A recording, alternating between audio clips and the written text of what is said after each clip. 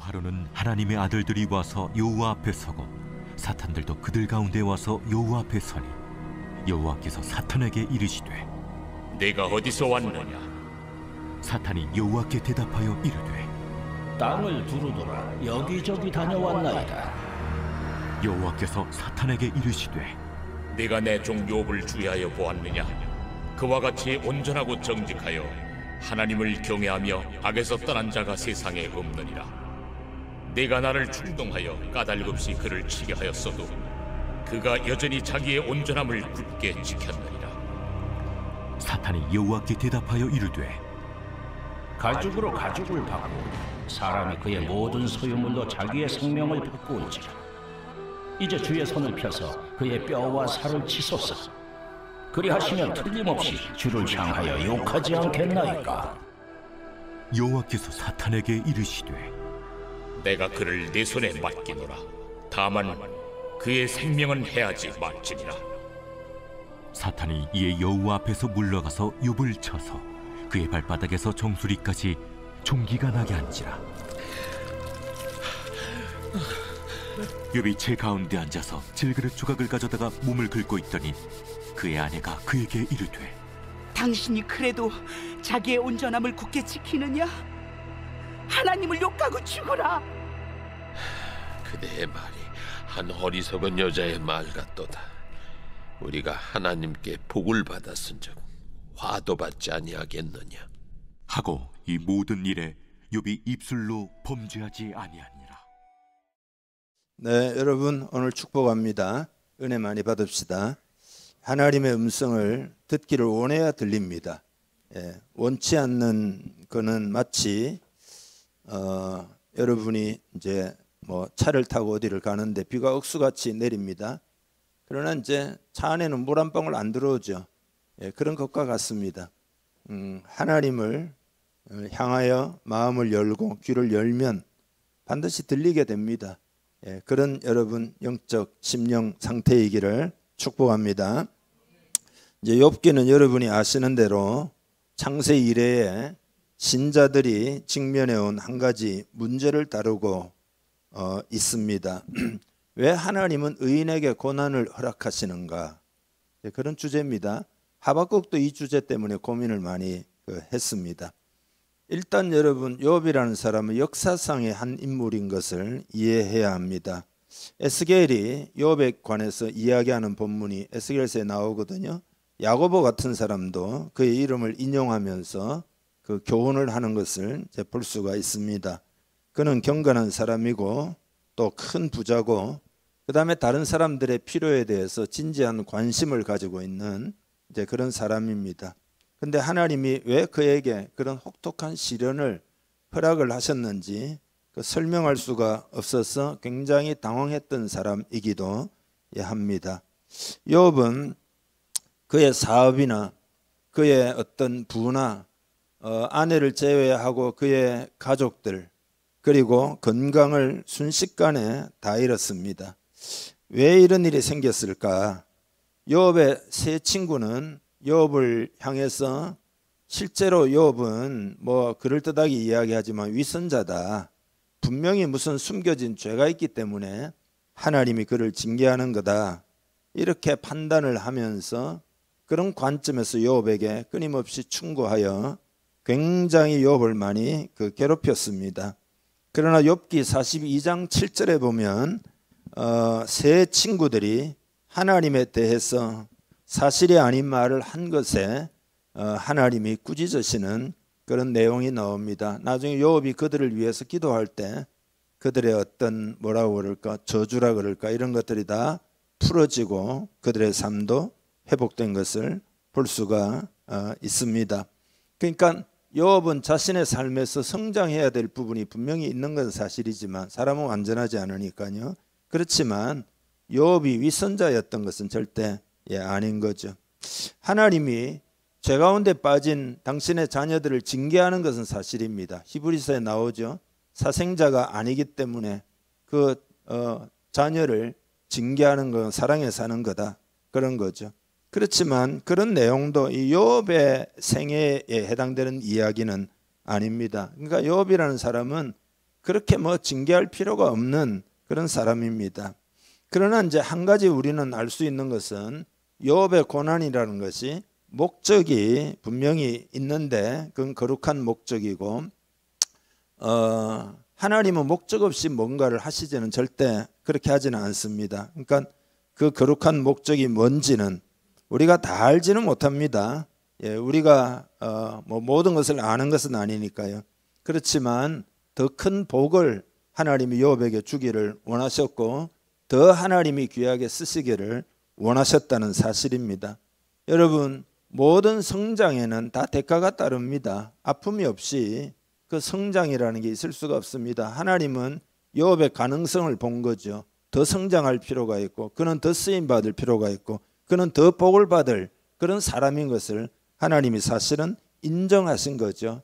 다만 그 성장에는 대가가 들어가는 거죠. 흔히 여러분 아이들도 성장할 때 성장통이라는 것을 겪지 않습니까? 그러니까 우리가 알아야 될 것은 하나님은 실수하는 법이 절대 없으십니다. 그러니까 우리가 다 알지 못해도 어떤 거룩한 목적을 가지고 일하셨고 욥에 대해서도 그렇게 하신 것이죠. 그래서 아무튼 욥은 갑절의 복을 받았고 그리고 더 쓰임을 받았고 욥의 이야기는 그 모르는 사람이 없을 정도로 세계사에 지대한 영향을 미친 것이 사실입니다.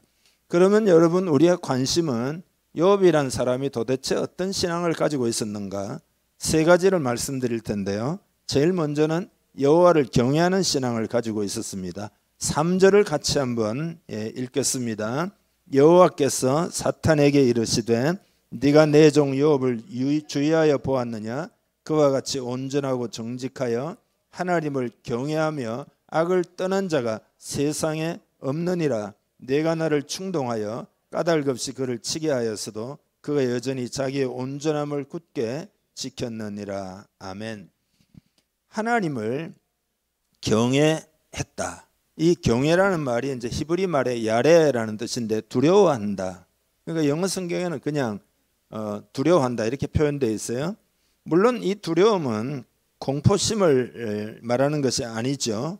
경외라는 것을 어떻게 보면 존경한다. 근데 이 존경한다는 말도 적당하지가 않은 것이 이건 사람에게 쓸 수 있는 최대의 말이지만 하나님에게 존경한다. 좀 잘 어울리지를 않습니다. 그러니까 경외라는 것은 깊은 어떤 존중과 사랑 그리고 거룩한 두려움이 함께 어우러진 하나님 앞에서의 어떤 태도 그런 것을 의미합니다. 그래서 여러분 이 하나님을 경외하는 이 경외심은 하나님이 우리들에게 요구하는 것입니다. 예를 들면 신명기 10장 12절에 보면 이스라엘아 내 하나님 여호와께서 네게 요구하시는 것이 무엇이냐 곧 내 하나님 여호와를 경외하여 그의 모든 도를 행하고 그를 사랑하여 마음을 다하고 뜻을 다하여 내 하나님 여호와를 섬기고 그랬거든요.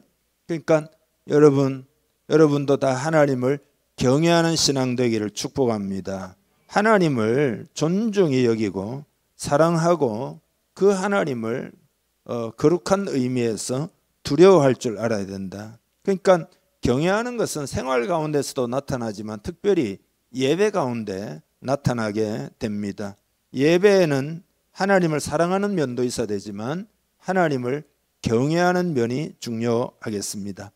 여러분 경외함으로 예배하면은 사탄이 여러분의 삶에서 다 떠나가게 됩니다. 왜냐하면 성경에 보니까 하나님을 경외하는 자에게 여호와의 친밀하심이 있다. 여러분 강하고 이 세상에서 뭐 비교할 수 없는 절대자 하나님이 나와 친밀하다. 그러면 사단이 떠나갈 수밖에 없는 거 아닙니까? 시편 25편 14절에 보면 여호와의 친밀하심이 그를 경외하는 자들에게 있으며 그의 언약을 그들에게 보이시리로다. 그러니까 경외하는 자에게 하나님의 친밀하심이 있으니까 여러분 그전에 제가 영적인 부분에 관해서 한번 설교한 적이 있는데요. 여러분의 삶을 사단이 많이 공격한다는 것을 알고 있어야 됩니다. 왜 내가 이런 어려움을 당하나 괴롭냐 그 사단이 자꾸 공격하기 때문에 그런 겁니다. 마음에 평안이 없다 그거 다 사탄이 공격하는 거다 이 말이죠. 그래서 그러나 하나님을 경외하는 자는 하나님의 친밀하심이 있다. 사탄이 떠나간다. 그 다음에 그의 언약을 그들에게 보이시리로다. 이 말은 예배를 잘 드리면은 언약을 그들에게 보인다는 말은 그 언약의 성취의 복이 그들에게 있다, 그런 이야기입니다. 쉽게 이야기해서 복을 받는다, 그런 뜻입니다. 여러분, 복을 받는 일은 예배와 굉장히 관련이 있습니다. 예배할 때 그렇기 때문에 경외함으로 예배하기를 바랍니다. 여러분, 이 말을 의례적인 말로 듣지 마시고 진실하게 들으시기를 바랍니다. 시편을 읽어보면 한 시인이 주를 경외함으로 성전을 향해 예배한다고 읽어드릴게요. 시편 5편 7절인데 오직 나는 주의 풍성한 사랑을 힘입어 주의 집에 들어가 주를 경외함으로 성전을 향하여 예배하리이다. 그러니까 경배하는 마음의 깊은 곳에는 경외하는 그런 경외가 자리 잡고 있다. 이 경외심으로 인하여 하나님을 경배하게 되는 거다, 그런 겁니다. 여러분, 보통 흔히 찬양과 경배 그러잖아요. 그러니까 경배는 찬양보다 더 깊은 겁니다. 찬양이라는 건 뭐냐면 하나님이 하신 일을 노래하는 거거든요. 근데 그 하신 일을 노래하는 것보다 더 깊은 게 뭐냐? 그 경배입니다. 그런 일을 하신 하나님 자신에 대하여 우리가 엎드리는 것이 바로 경배가 되는 거죠. 하나님의 성품 앞에, 하나님의 하나님 되심 앞에 엎드리는 것, 그게 바로 경배입니다. 그러니까 여러분에게 찬양도 있고 경배도 있어야 되는데 그게 예배인데 그 중심에는 뭐가 있느냐? 하나님을 향한 경외가 있다, 그런 거죠. 찬양을 하나 우리 부르고 좀 넘어가겠는데요. 주 앞에 엎드려 경배합니다. 이 찬양은 그 하나님을 향한 경외심을 여러분이 마음에 오늘 예배할 때 회복하도록, 여러분 마음에 하나님을 경외하고 이 찬양을 같이 부르면서 다 그런 회복이 일어나기를 바랍니다.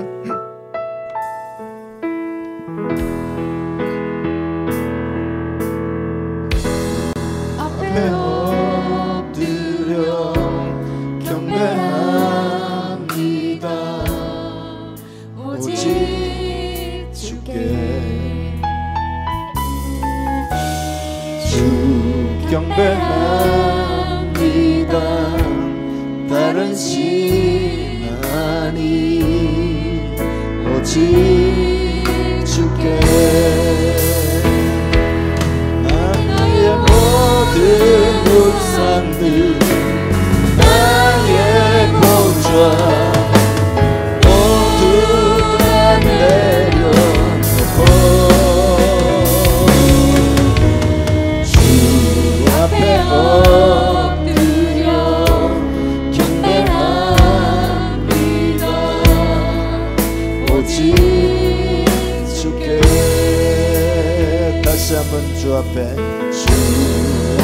엎드려 경배합니다. 오직 주께 주 경배합니다. 주 경배합니다.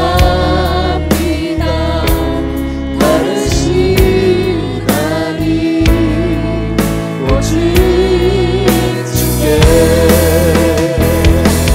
나의 모든 우상들 나의 보좌 모두 다 내려놓고 주 앞에 엎드려 경배합니다. 오직 주께 나의 모든 우상들 나의 모든 우상들 나의 보좌 모두 다 내려놓고 주 앞에 엎드려 경배합니다. 오직 주께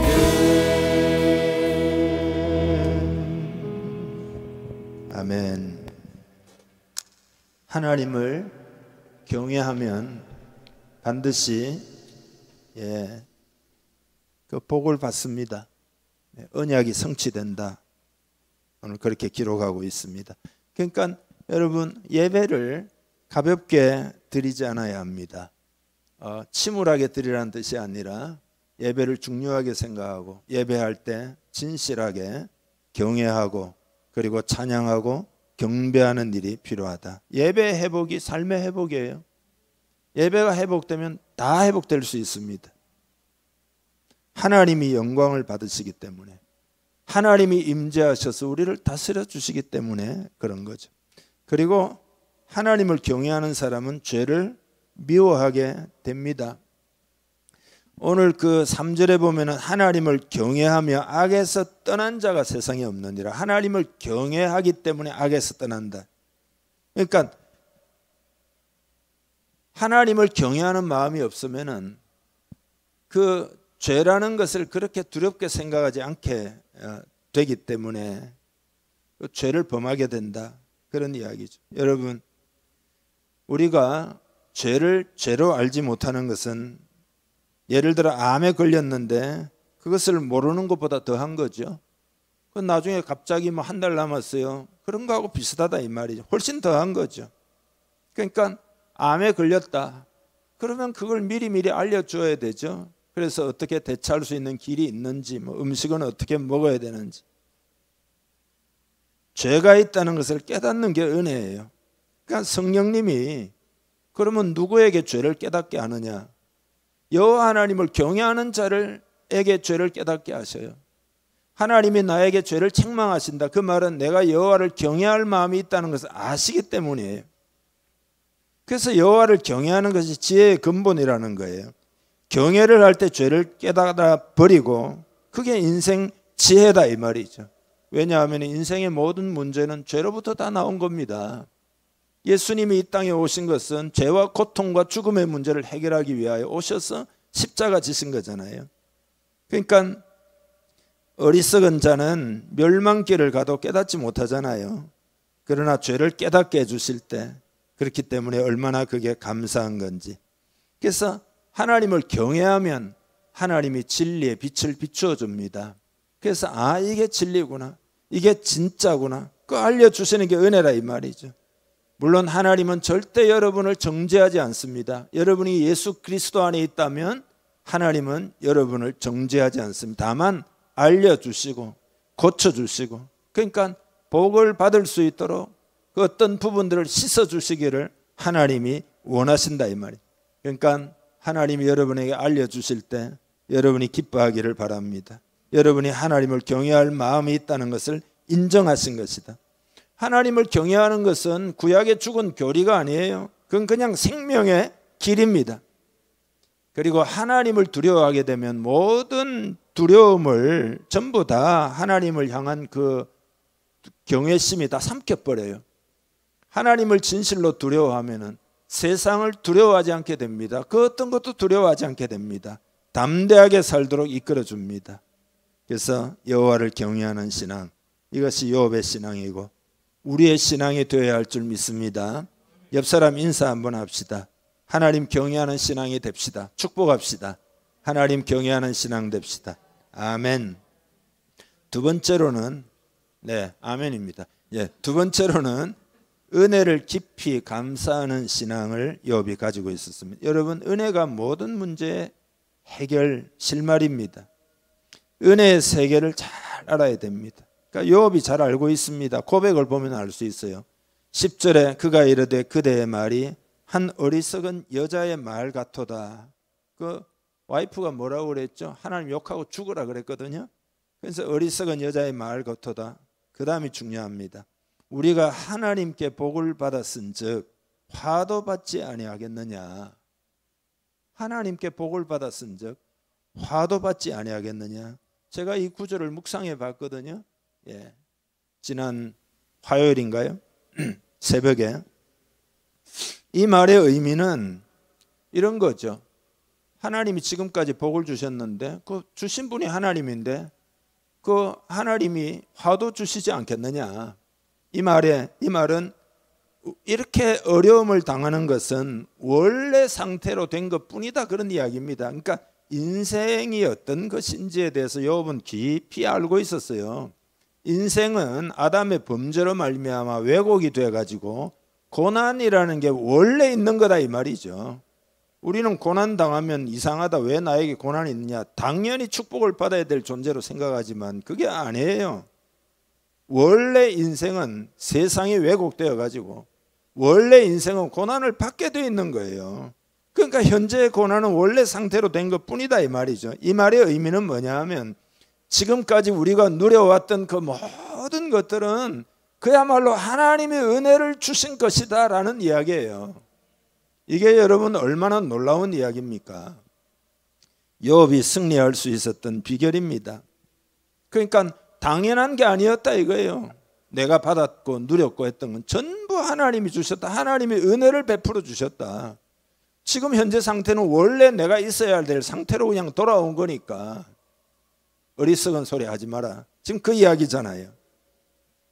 평생 하나님이 주신 것으로 누리고 살았다. 그러니까 이게 욥의 마음에는 내가 은혜를 받았다. 은혜를 받았다. 나는 이를 받을 만한 자격이 안 되는데 하나님이 나에게 은혜를 베풀, 늘 이런 마음으로 살았다는 거예요. 예. 인생은 원래 죄로 인하여 화가 있는 것이 마땅한 것이다 이 말이에요. 그렇지만 하나님이 욥이 받았던 그 모든 것들은 다 하나님이 은혜로 값없이 다 주신 것이다. 은혜를 아는 신앙이었다 이 말이죠. 여러분은 어떻습니까? 여러분의 마음이 한번 마음을 살펴보시죠. 당연히 여러분이 살아왔던 것에 대해서 당연히 받아야 할 것을 여러분이 받고 있다. 내가 뭐 무진장 노력해가지고 열심히 해가지고 내가 이렇게 살고 있다. 그렇게 생각하십니까? 정말로 여러분 그렇게 생각하십니까?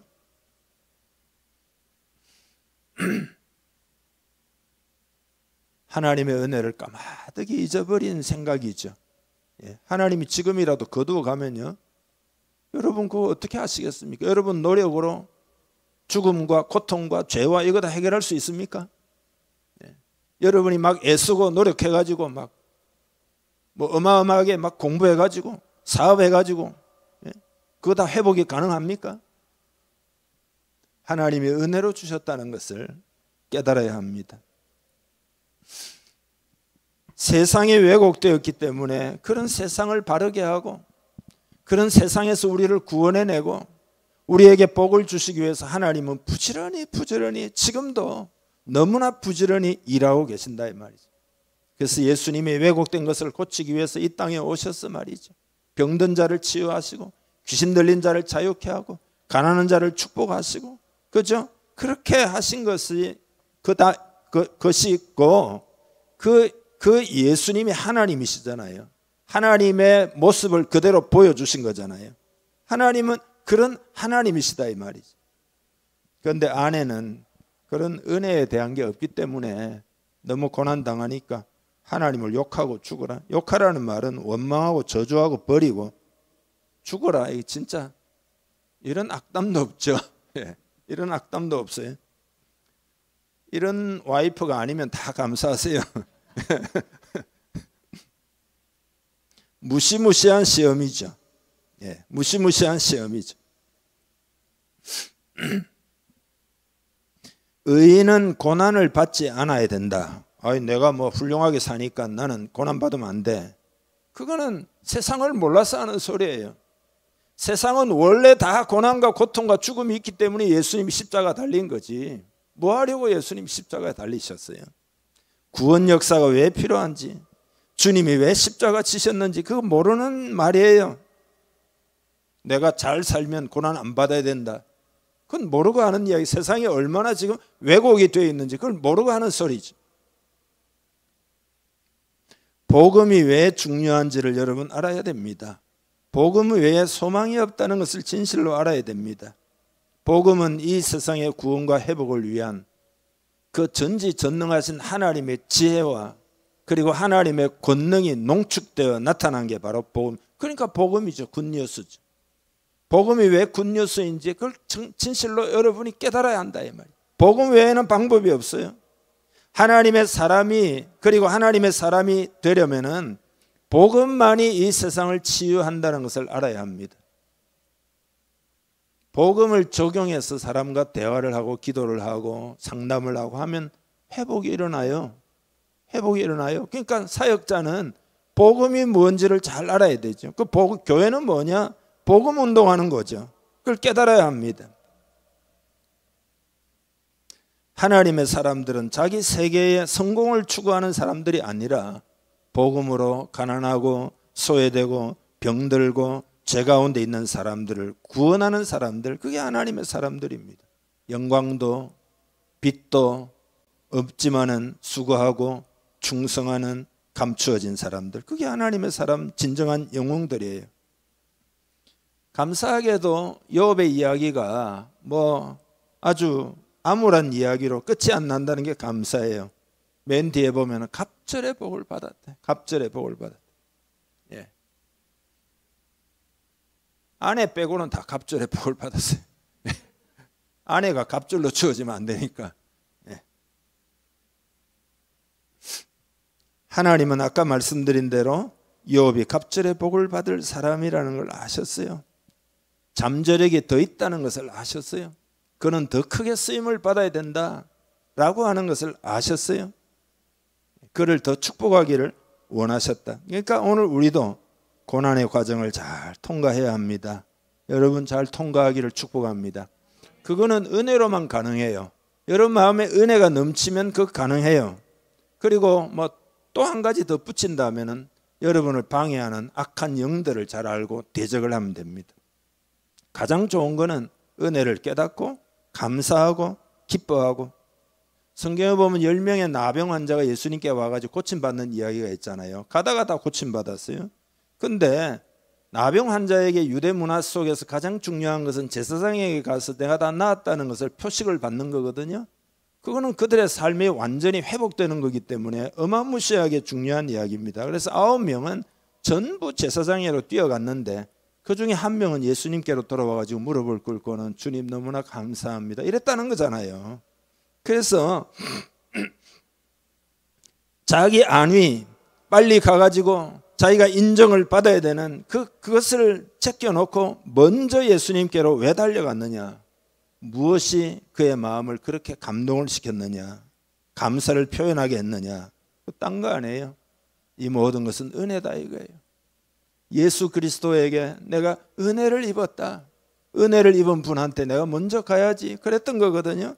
그래서 주님이 돌아온 그 나병 환자에게 일어나 가라. 내 믿음이 너를 구원하였느니라. 내 믿음이 너를 구원하였느니라. 그래서 그의 믿음을 축복하시고 앞으로 그는 그 믿음으로 크게 승리하게 될 겁니다. 그러니까 이 믿음이라는 게 무슨 신조를 고백하고 뭐 요리문답 고백하고 뭐 하나님이 어떤 하나님이다 이렇게 선언한 것도 아니잖아요. 근데 이건 뭐냐 하면은 자신에게 그럴 만한 자격이 있어서 주님이 건강을 회복시켜 주신 것이 아니다는 이야기잖아요. 주님이 얼마나 은혜를 베푸셨는가, 하나님은 얼마나 은혜로우신가, 그걸 깨달았다 이 말이죠. 지금 저에게 일어난 이 모든 일은 전부 나의 공로는 없습니다. 나는 그냥 나병 걸려가지고 헤맨 것밖에 없습니다. 모든 것은 다 하나님이 주님이 행하신 것입니다. 그렇게 인정한 거죠. 그래서 돌아와서 감사합니다 그랬다는 거잖아요. 너무나 고맙습니다. 너무나 감사합니다. 이게 믿음이라는 거예요. 그러니까 그저 주시는 하나님의 은혜가 얼마나 강한 것인지 그의 인생은 완전히 이제 달라진 인생. 9명은 치유는 받았지만 그러나 이 사람이 누릴 복만큼은 아마 받지 못할 겁니다. 은혜를 깨달은 심령은 기쁨이 회복이 됩니다. 주님을 섬겨도 기쁘게 섬길 수가 있어요. 왜냐하면 은혜의 감동이 내 안에 있는데 어찌 주님을 기쁘게 섬기지 않겠어요? 억지로 하겠습니까? 은혜가 살아있는데. 영혼을 건강하게도 하고 기쁨이 오니까요. 순종하는 삶도 살고 주의 일도 기쁨으로 하고 그렇게 좋은 열매들을 많이 맺게 됩니다. 욥이 그랬다 이 말이죠. 이 은혜가 참 중요합니다. 제가 어떤 분을 한번 만났는데요. 이분이 또 제 설교를 들을지도 몰랐어요. 약간은 조심스러운데 아주 긍정적인 이야기니까 그분이 제 설교를 이렇게 한 번씩 듣는다 그러더라고요. 그래서 어떤 이야기를 하시는가 하면 자기가 결혼을 하고 그 남편은 박사 과정을 밟고 있었는데 3년 차에 뭐 이유 불문으로 뇌경색으로 이제 완전히 폐인이 된 거죠. 근데 32년 동안 지금까지 32년 동안 휠체어 생활을 하고 그리고 이렇게 이제 숨골 옆에 뭔가 문제가 있는데 거기가 이제 저거래요. 그 음식물을 여러분이 넘기면은 이 폐로 음식물이 들어가면 안 되니까 기도는 막혀야 되잖아요, 자동적으로. 근데 그거 조절하는 능력이 없어서 음식이나 물이나 이런 걸 먹지를 못합니다. 32년 동안 배로 호스로 이렇게 이제 영양을 공급하면서 살아가는 거죠. 이제 상황이 이제 그런 건데 이제 놀라운 거는 이제 제가 이렇게 만난 정말 많이 놀랐어요.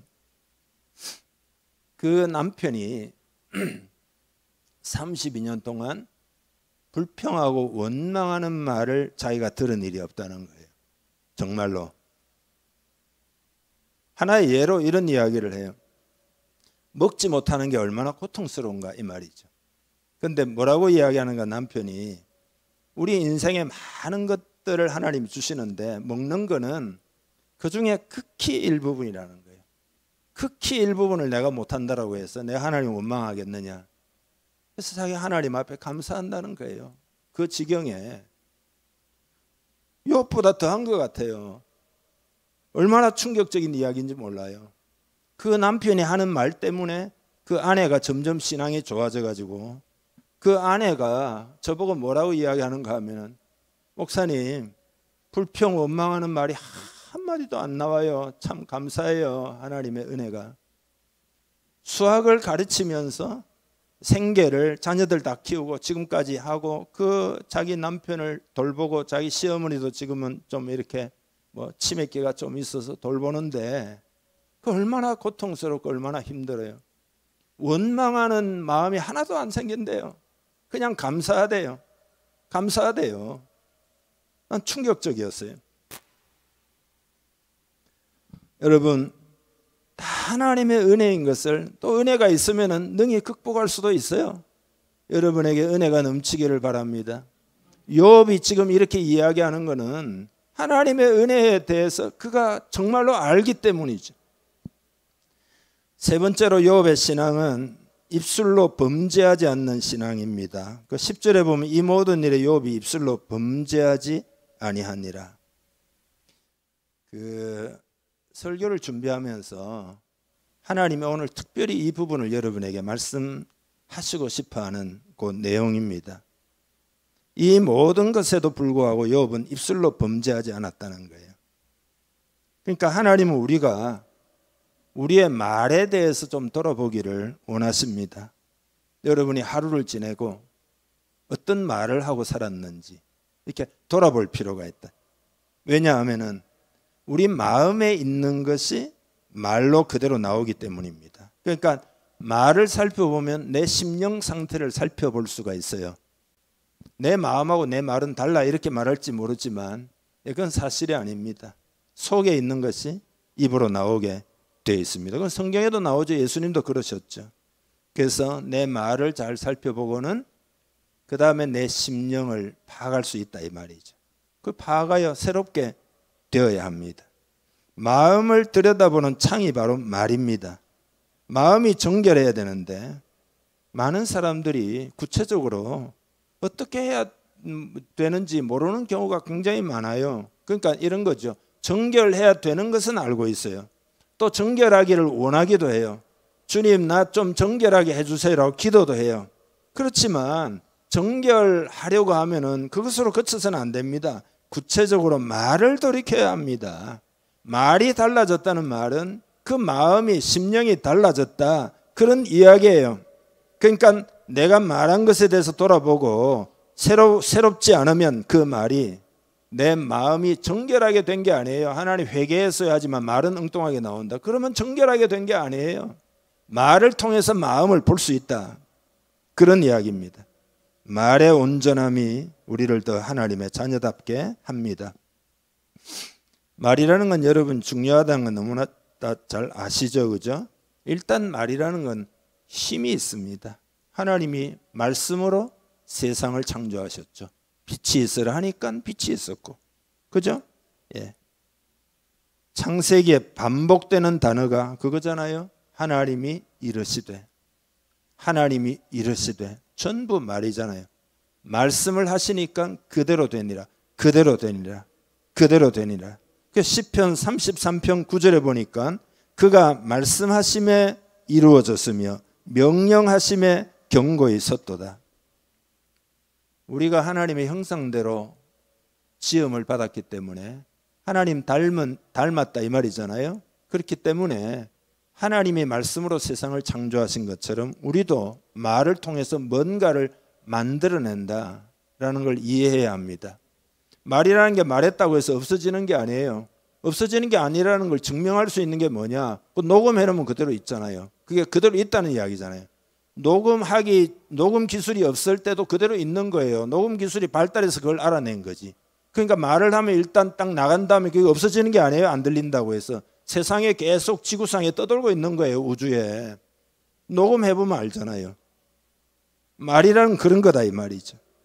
그러니까 주님도 믿는 것을 입술로 담대히 선언할 때 이루어진다. 이 산들어 들리어 바다에 빠지라 하면 그대로 된다. 주님이 그러셨잖아요. 하나님의 나라는 말씀을 통해서 역사합니다. 그러니까 기독교가 말씀의 종교죠. 다 지금 전국 전 세계 설교하고 있잖아요. 말씀을 통해서 하나님 나라 이루어지는 거니까. 예수님은 말씀으로 구원 사역을 행하셨습니다.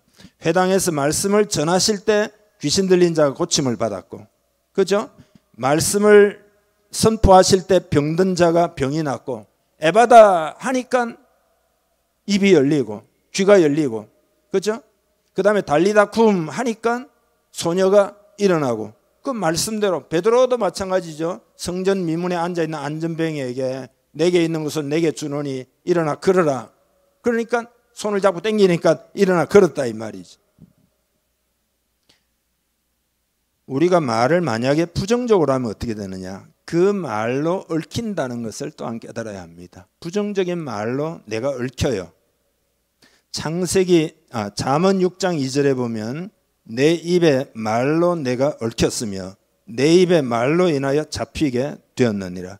그러니까 말로 얽힌 부분이 있다는 걸 깨닫고 말을 이렇게 살펴보고 그걸 다 예수 이름으로 착 풀어야 됩니다. 회개하고 얽혀 있는 것들을 풀도록 명령도 하고 말을 바꾸기도 하고 그렇게 해야 합니다. 말은 능력이 있기 때문에 그렇습니다. 잠언 18장 21절에 보면 죽고 사는 것이 혀의 힘에 달렸나니 혀를 쓰기 좋아하는 자는 혀의 열매를 먹으리라. 그러니까 인생의 핸들이 말이에요. 말에 따라 인생이 그 방향으로 간다 이 말이죠. 그러니까 평소에 하는 말을 잘 살펴봐야 된다. 말대로 행동하는 자신을 발견할 수 있을 거예요. 말대로 행동합니다. 그러니까 내 인생이 어느 쪽으로 흐르기를 원하느냐, 그러면 핸들을 그쪽으로 돌려야 되거든요. 그게 말이다 그런 거죠. 신명기 14장 28절에 보면 그들에게 이르기를 여호와의 말씀에 내 삶을 두고 맹세하노라. 너희 말이 내 귀에 들린 대로 내가 너희에게 행하리니. 하나님도 말을 듣고 들린 대로 하나님이 행하신다 라는 거예요. 그러니까 우리가 하는 말을 하나님이 다 들으신다. 속담에 옛날 사람들이 지혜가 있어가지고 옛말은 낮에 하는 말은 새가 듣고 밤에 하는 말은 쥐가 듣는다. 그거 조상들의 지혜잖아요. 하나님이 들으십니다. 시편 139편 2절에 보면 주께서 내가 앉고 일었음을 아시고 멀리서도 나의 생각을 밝히 아시오며 나의 모든 길과 내가 눕는 것을 살펴보셨으므로 나의 모든 행위를 익히 아시오니 여호와여 내 혀의 말을 알지 못하시는 것이 하나도 없으시니이다. 내가 말하는 걸 다 안다. 로마서에 보면 내가 남을 판단하기 위해서 말한 그 말로 우리 자신들을 하나님이 판단하신다는 거예요. 그러니까 이게 얼마나 어마어마한 이야기입니까? 내가 남들이 그렇게 살아서는 안 된다, 이래서는 안 된다, 저래서는 안 된다 한 그 말로 그대로 그 말을 가지고 나를 심판하신다는 거예요. 로마서 2장에. 놀라운 이야기잖아요. 그러니까 여러분 말을 쉽게 생각해서는 안 됩니다. 회개도 필요하고 하나님의 은혜를 구해서 새로운 말을 해야 합니다. 내가 말을 하면 그 말대로 내 인생을 창조해 가신다. 그래서 이사야 57장 19절에 보면 입술의 열매를 창조하는 자 여호와가 말하노라. 입술의 열매를 창조하는 여호와다 라는 겁니다. 잠언 18장 20절에 보면 사람은 입에서 나오는 열매로 말미암아 배부르게 되나니 곧 그의 입술에서 나는 것으로 말미암아 만족하게 되느니라. 그래서 나는 기뻐하리라, 기뻐합니다, 할렐루야입니다, 감사합니다 이러면은 그 열매로 배부르게 된다, 그런 이야기입니다. 가을에 여러분 수확을 하려면 봄에 부지런히 뿌려야 되잖아요. 그러니까 말로 부지런히 좋은 것들을 많이 뿌려야 된다. 그러니까 성경 암송 이런 거 중요하죠. 선포하고 이런 거 중요하죠. 찬양하고 이런 거 중요하죠. 하나님을, 그죠? 이게 말이, 그죠? 말이 열매를 만들어낸다, 그런 거잖아요. 시편 109편 17절에 보면 그가 저주하기를 좋아하더니 그것이 자기에게 임하고 축복하기를 기뻐하지 아니하더니 복이 그를 멀리 떠났으며 또 저주하기를 옷 입듯 하더니 저주가 물같이 그의 몸속으로 들어가며 기름같이 그의 뼛속으로 들어갔나이다. 그러니까 이 말이 얼마나 중요해요. 말을 바꾸면 인생이 바뀌는 거예요. 선한 말은 선한 것을 창조하고, 그죠? 악한 말은 파괴를 하고, 그죠? 선한 말은 살리고 악한 말은 죽이고, 뭐 그런 거죠.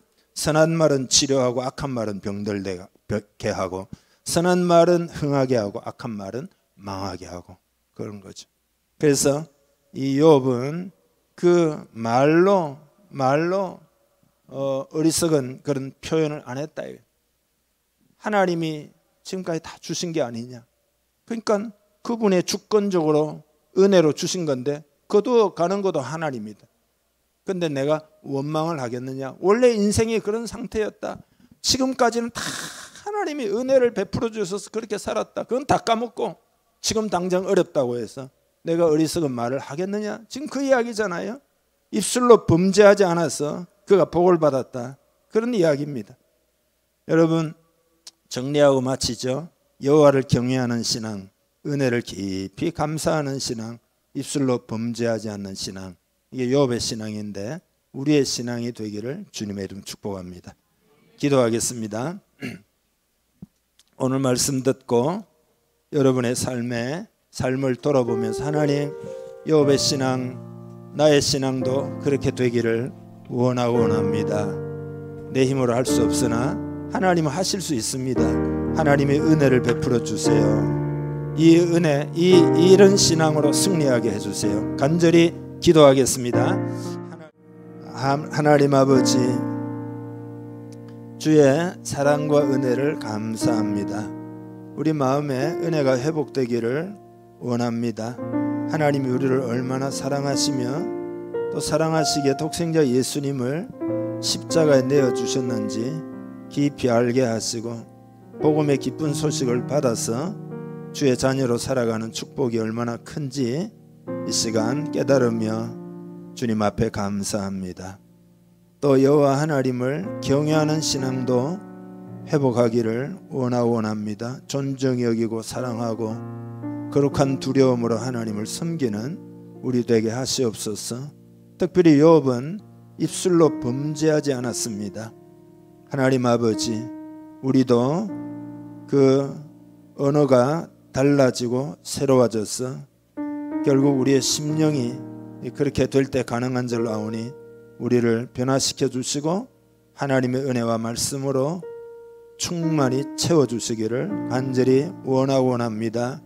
오늘 욥이 갑절에 복을 받았다 했는데 하나님, 우리의 삶의 모든 과정들을 달게 통과할 때 하나님이 우리에게 갑절의 복을 주실 줄 믿습니다. 욥의 이야기는 욥에게만 해당되는 것이 아니라 예수님 안에 있는 우리 모두에게도 해당되는 것임을 믿음으로 받습니다. 주의 은혜와 사랑을 더욱더 사모하며 더욱 믿음으로 주님을 섬기는 우리 되게 하여 주시옵소서. 승리하게 하여 주시옵소서. 축복하며 예수님의 이름으로 기도하옵나이다. 아멘.